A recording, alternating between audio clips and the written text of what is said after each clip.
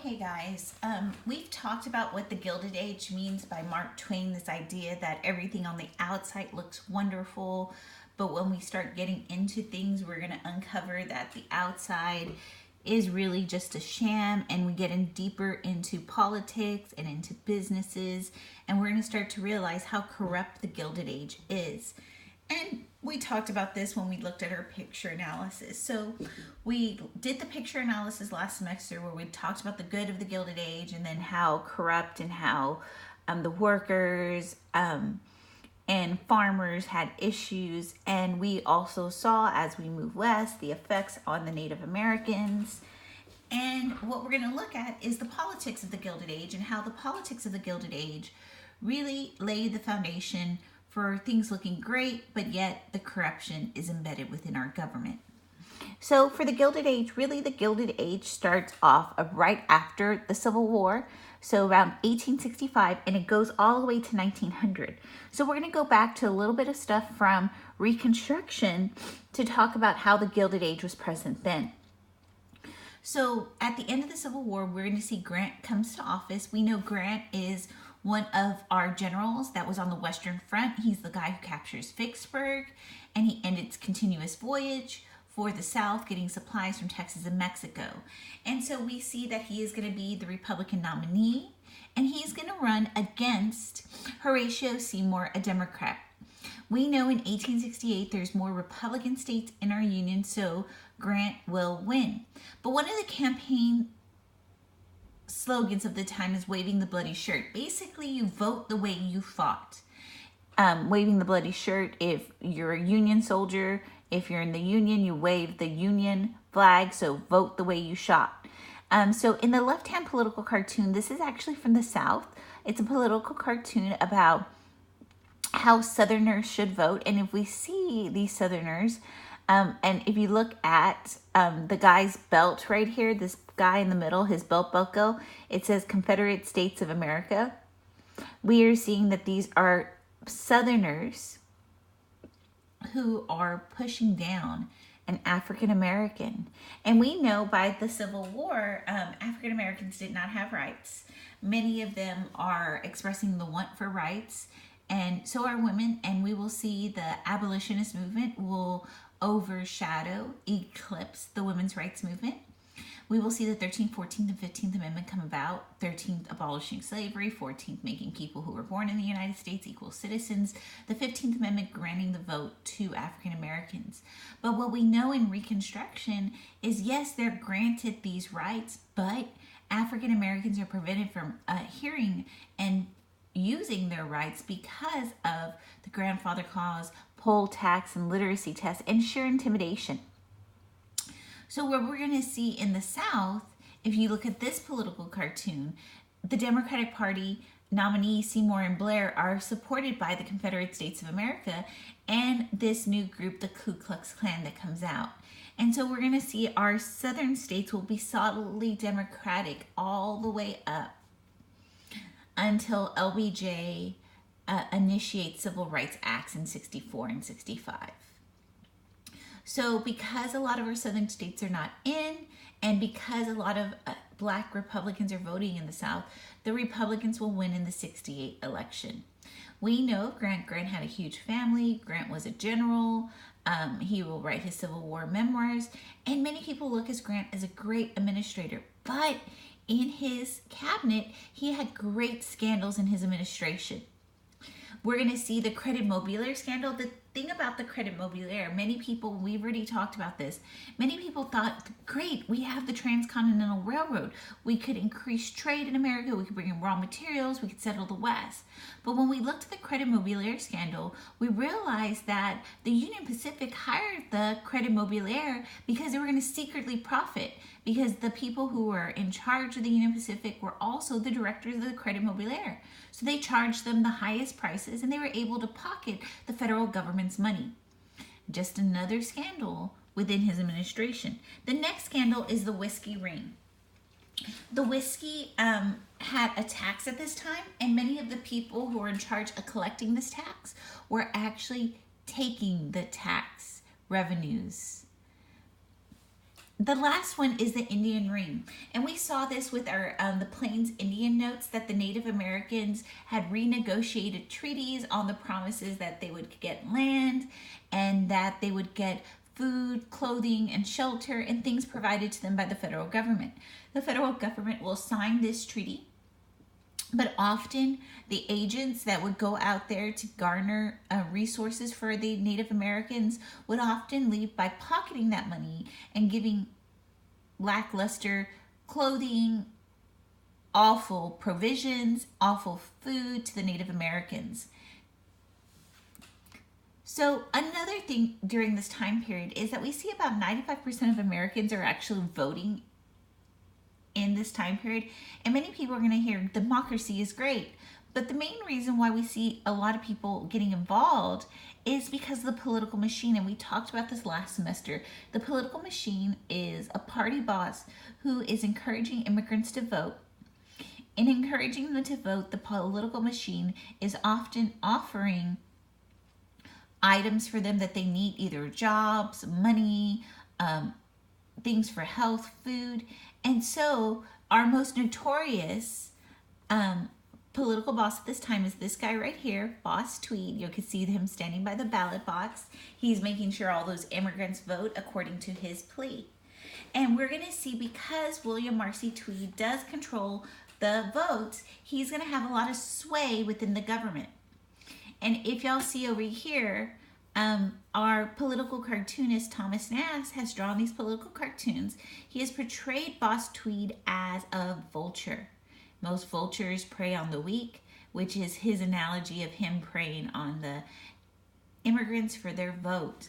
Thomas Nast, I always remember him because he's going to expose the nasties, the bad, the filth of Boss Tweed.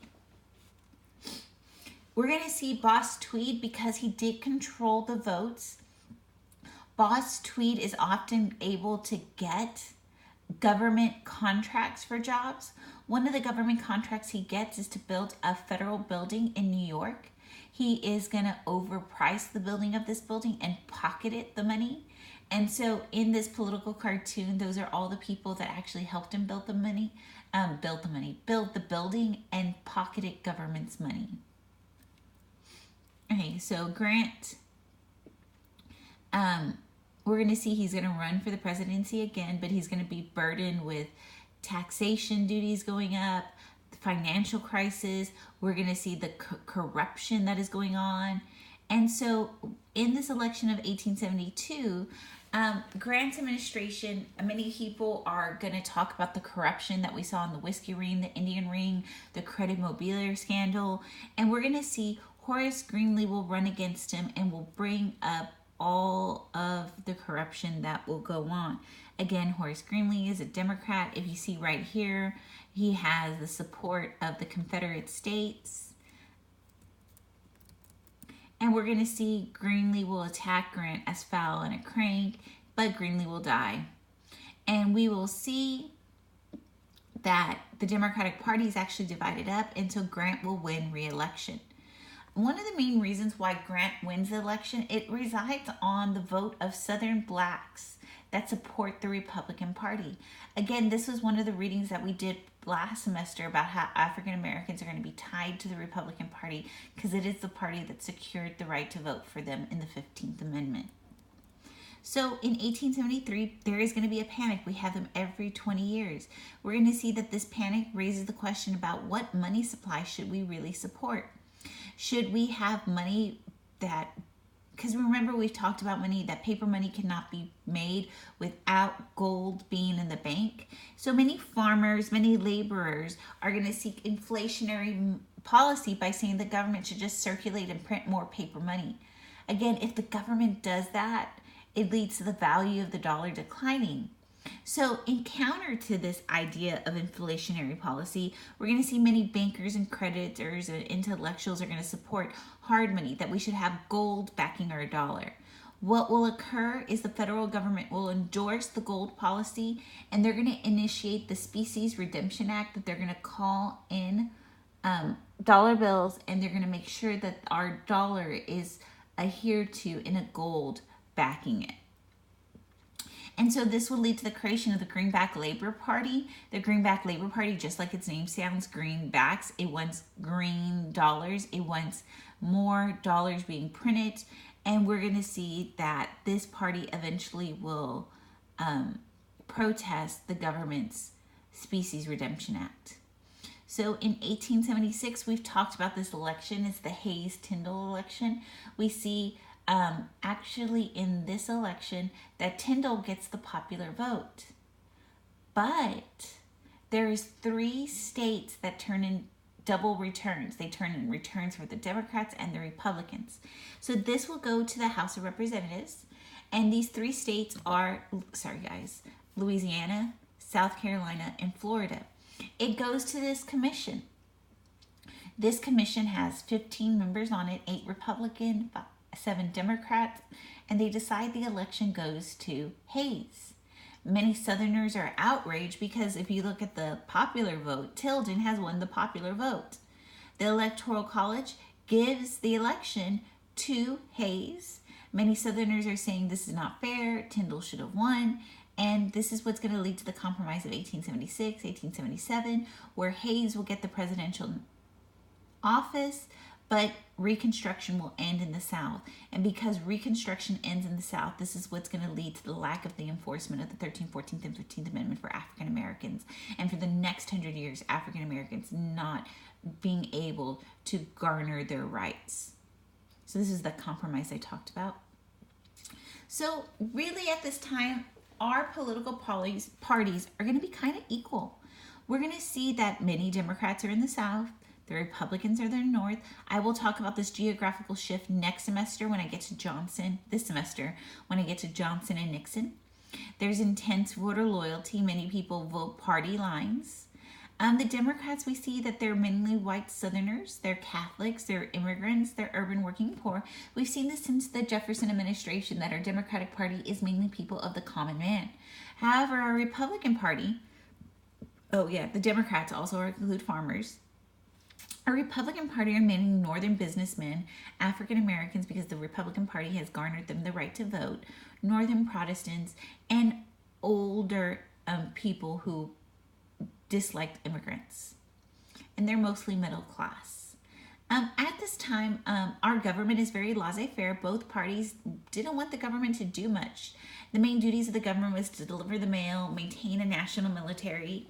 We see collect taxes and tariffs, conduct a foreign policy, which really wasn't much at this time, and to administer pensions to Civil War veterans. So again, our government isn't doing much, and this is following laissez-faire. If the government doesn't do much, business is able to do as it wishes. So many people looked at the presidency as an office that was symbolic, and our president shouldn't intervene.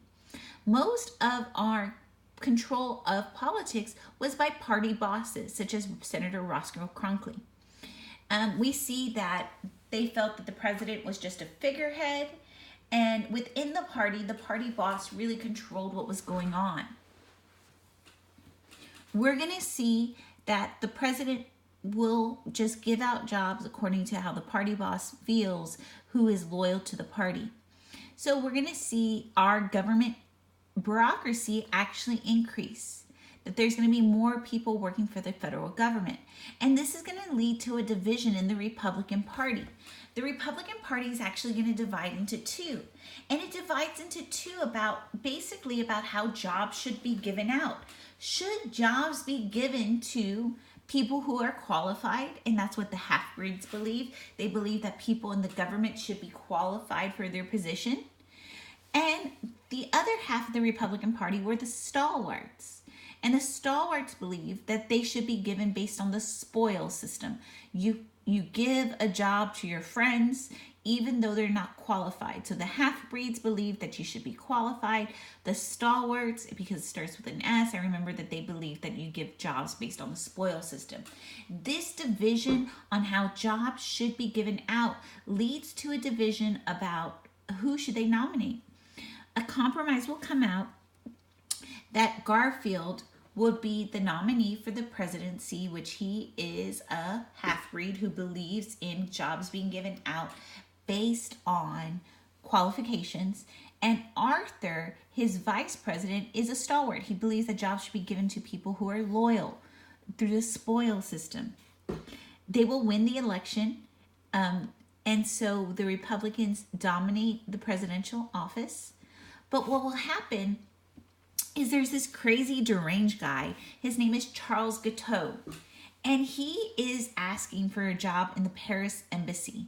He has asked Garfield. Garfield has rescinded it, saying that we're only giving qualified people. He's basically like stalked a lot of people in the Senate and the House trying to get this job. And so because he doesn't get this job, he takes justice in his own hand, and he corners Garfield in a railroad station and shoots Garfield. Garfield will not survive. So Charles Guiteau is kind of happy because he's a stalwart. He believes that jobs should be given out to loyalty. And he says, hooray, I'm a stalwart, and now Arthur is president. And he's glad with Arthur being president because Arthur believes that jobs should be given out based on the spoil system. So now we got this lunatic running around killing people for jobs. And Arthur, he's really not going to endorse the spoil system anymore. Arthur is going to freak out that anybody could come and shoot him, attack him to get jobs. And so Arthur is going to have a change of mind and believe that jobs should be given out on the basis of qualification. This will lead to the Pendleton Civil Service Act. I know it says Pendleton Act there, but it's known as the Civil Service Act. It is called the Magna Carta of Reform because it's going to reform how we give out jobs in the federal government. We're going to see one of the reasons why it's called a reform is because it's going to require that all jobs that are federal jobs, non-elected jobs, require that you take a test. And how you do on this test will determine if you get that job. So I'm thinking about federal employees, which are TSA agents, Border Patrol agents, our Postal Service people. They all had to take exams for their positions. So this basically says that qualified people will be in the government. All of it from an assassination attempt. So by 1900, over half of our civil service jobs required a test. Today, all civil service jobs, anything within the federal government, requires an exam for you to obtain that position. We can even look at state positions too. Like I think about all the teachers in this building. All the teachers in this building had to pass an exam to be able to be qualified to be able to be a teacher. So the Pendleton Civil Service Act will have far-reaching effects, making sure that qualified people are in positions of authority. Okay, our next one is Cleveland, and he's going to be facing James Blaine. And in this election, it's actually a dirty campaign. It turns out that Cleveland is a bachelor, and many people start looking into his life, and they figure out that Cleveland has an illegitimate child that he's provided a trust fund for. So Blaine takes this out, and they start running a campaign, Ma, Ma, where's my pa? He's going to the White House, ha, ha, ha. And many people are like, how can we have this bachelor who won't even take notice of his son and provide for the legitimate needs and make an honest woman out of this lady? Many people start to question his ability to be president. However, James Blaine has some issues on his hand. Blaine, he attends a meeting or a church meeting in New York. And what will happen at this meeting is that the minister at this meeting is going to make comments about the immigrants, saying that they rely on rum, Romanism, and rebellion. Rum meaning that they're drunk all the time. Romanism meaning that they're Catholic. And rebellion, they're always trying to cause up issues with their low play. Because Blaine was there and was slow to make remarks, to repudiate these remarks, to say, oh, no, that's not true, many people begin to look at him as being anti-immigrant. And we're going to see that because of that, this is what clears the way for Cleveland to win. So Cleveland wins this election. Cleveland's first term, he is given the nickname the veto governor. And we're going to see he's the first Democrat since 1856. And he is very laissez-faire. We're going to see he opposes pills to assist the rich and the poor. He vetoes Civil War pensions. And many people feel that he's not doing much with our government. He's being very laissez-faire. And we're going to see the next big issue deals with the tariff.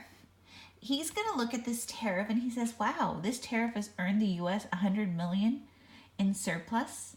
And we know tariffs, it benefit big business. They increase the price at the expense of consumers having to pay more. And he's a Democrat. He doesn't like the tariff.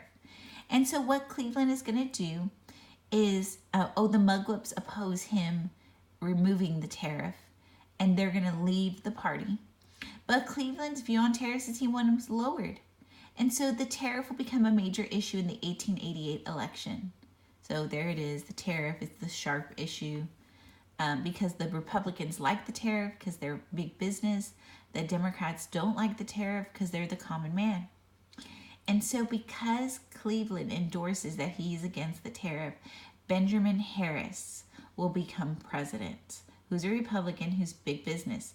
One of the main reasons why Harrison wins is because of the Republicans fearing that if Cleveland lowers the tariff, he will lower profit.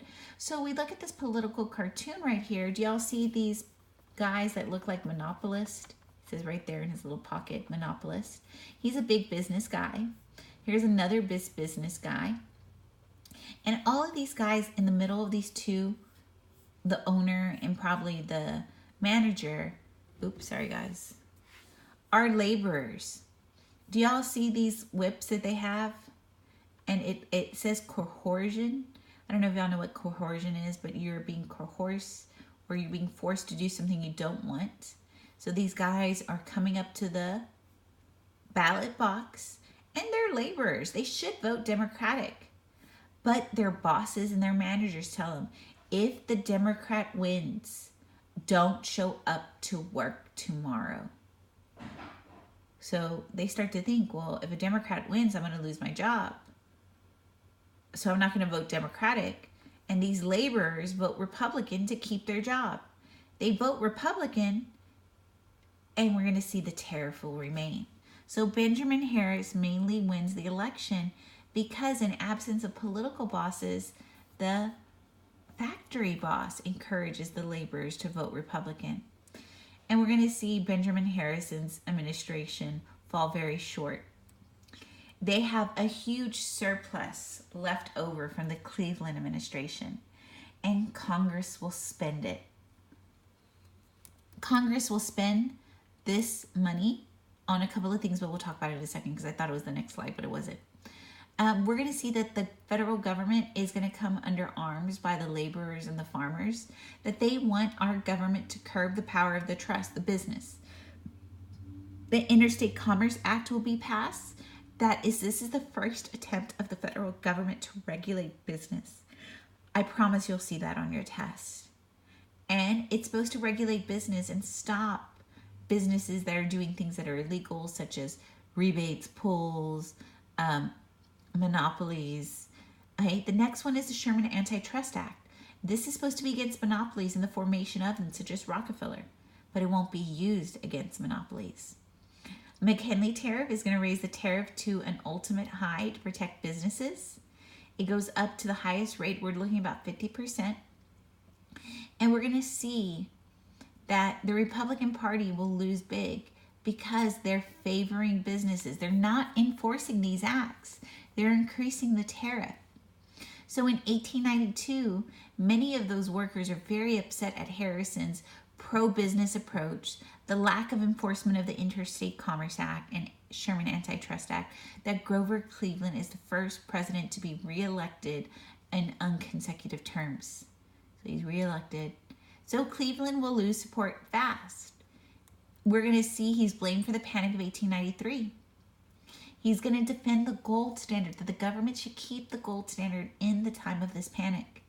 He's going to use federal troops that are being sent out to places that are striking, such as Pullman strike that we saw in our labor notes. And he's siding with business, and he's a Democrat. He should be siding with workers. We're going to see he refused to sign the Wilson-Gorham tariff that should reduce the tariff. And he's going to repeal the Sherman Silver Purchase Act, which silver was added into the money supply so we can increase the amount of dollar bills. All of these policies really go against the Democrats who he was trying to help. Okay, so we will continue this with the revolt that is going to happen by our farmers next time.